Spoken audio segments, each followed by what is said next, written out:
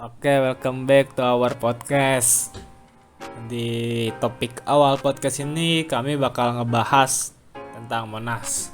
Nih, Sil, Perio, coba lihat deh foto Monas ini. Wah, bagus juga Monas ya. Dulu aku pernah kesini waktu kecil. Sekarang udah banyak perubahan aja.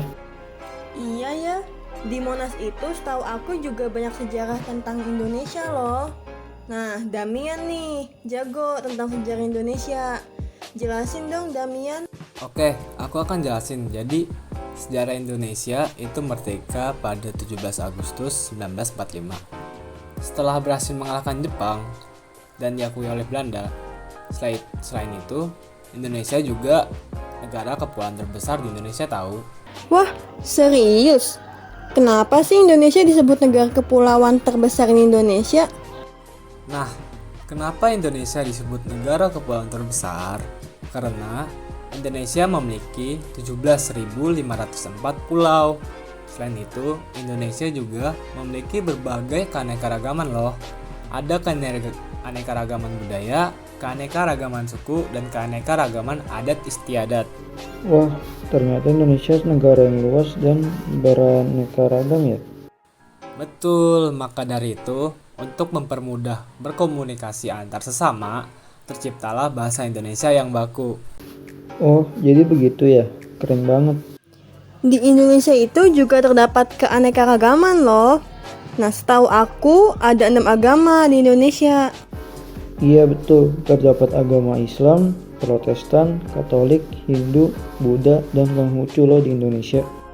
Iya tuh, oleh karena itu aku sebagai orang Katolik juga harus tahu bagaimana kita bersikap dalam hidup bermasyarakat di lingkungan yang majemuk ini. Terus sikap apa sih Sil yang kita butuhkan untuk hidup dalam bermasyarakat di lingkungan yang bermajemuk ini? Sikap yang aku lakukan itu seperti menghargai perbedaan, tidak membeda-bedakan, dan saling menghormati. Di agama kalian pasti juga diajarkan seperti itu kan?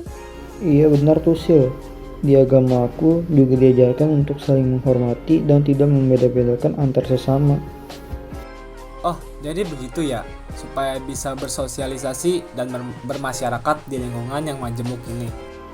Tapi kita juga harus berhati-hati loh. Seperti yang kita tahu, sudah banyak terdapat kasus radikalisme dan terorisme di Indonesia. Contohnya seperti kasus radikalisme. Kalian ingat gak aksi bom bunuh diri di Gereja Katedral Makassar pada tanggal 28 Maret 2021 tahun kemarin? Iya tuh, benar kata Ferio. Sampai sekarang aja masih terdapat kasus itu. Terus bagaimana ya upaya penanganan yang dilakukan pemerintah untuk kasus ini? Nah, upaya apa yang dilakukan pemerintah untuk mengatasi kasus terorisme dan radikalisme?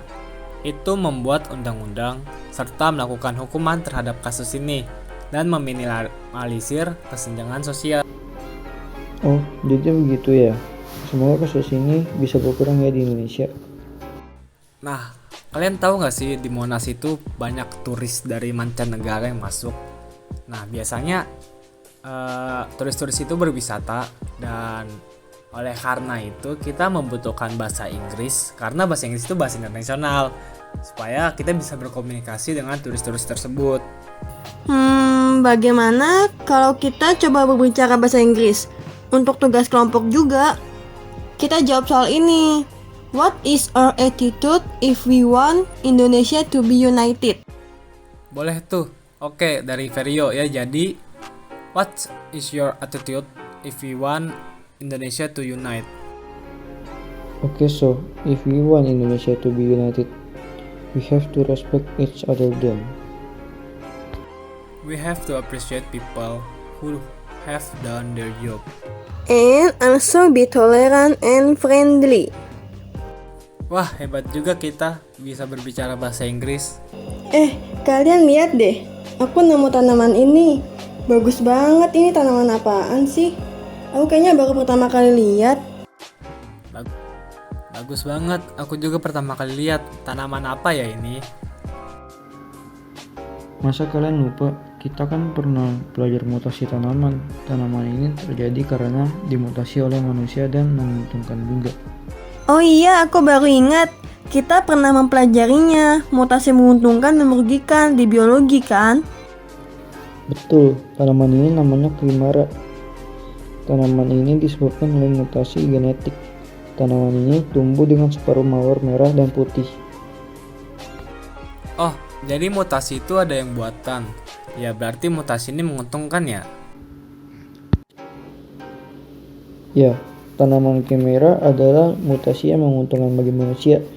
Tapi selain mutasi menguntungkan, ada juga yang merugikan, seperti sindrom Turner.